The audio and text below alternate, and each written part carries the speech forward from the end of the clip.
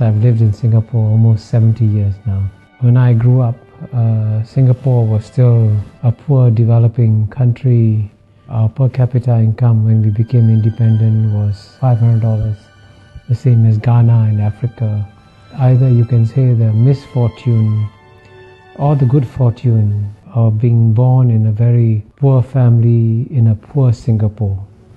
So when I was 6 years old, when I went to school for the first day, we were weighed at school. They wanted to see how heavy we were. And I was declared undernourished. So I was put in a special feeding program when I went to school, and the principal had a big pail of milk, and all the children who were underweight were asked to take one scoop of milk from the pail of milk. And our house in Singapore had no flush toilet. There was crime and riots, gangster fights in my neighborhood. So in a sense, I grew up in what you call a typical third world environment. And it's quite remarkable that in my lifetime, Singapore has gone from being a third world country to a first world country. And I have lived through this remarkable transformation.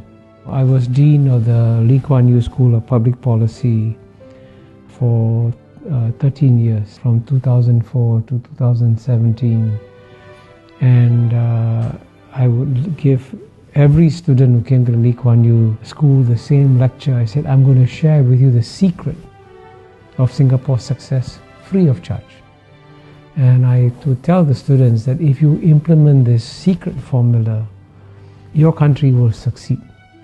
And I capture the secret formula with the acronym in English, MPH. The M stands for meritocracy. Meritocracy means that you select the best people to run the country.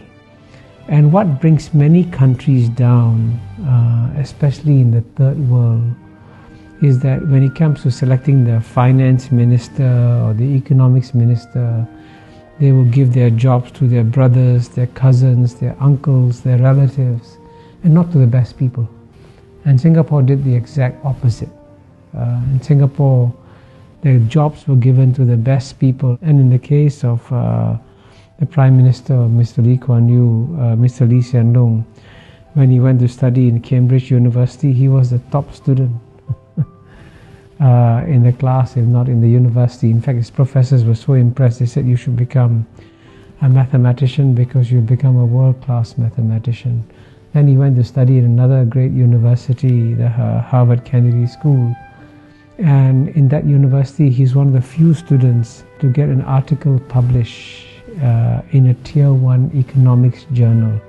Very few students get articles published in a Tier 1 economics journal. So he's incredibly brilliant. And so if the best man of the job is Mr. Lee Kuan Yew's son, then he should be selected.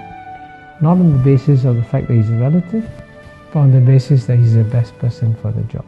So meritocracy is the first pillar of Singapore's secret formula. The second pillar is P, and P stands for pragmatism. Pragmatism is an English word, and it's an English concept. But the best definition of pragmatism was given by China's leader, Mr. Deng Xiaoping, when he said it doesn't matter whether a cat is black or a cat is white. If the cat catches mice, it is a good cat.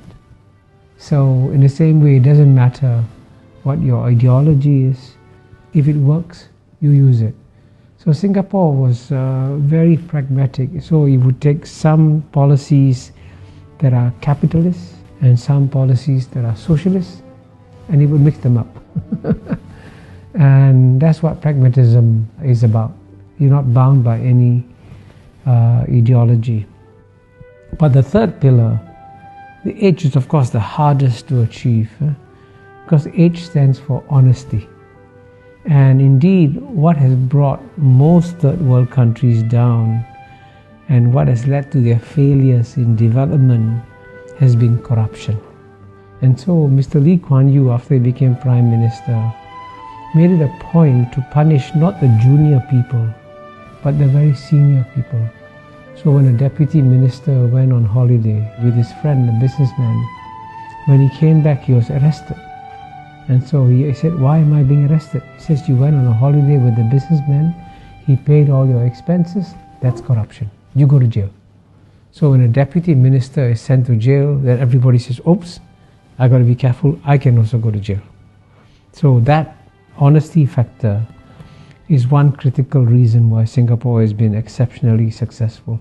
So it's a combination of meritocracy, pragmatism and honesty. Then that's the formula for Singapore's success.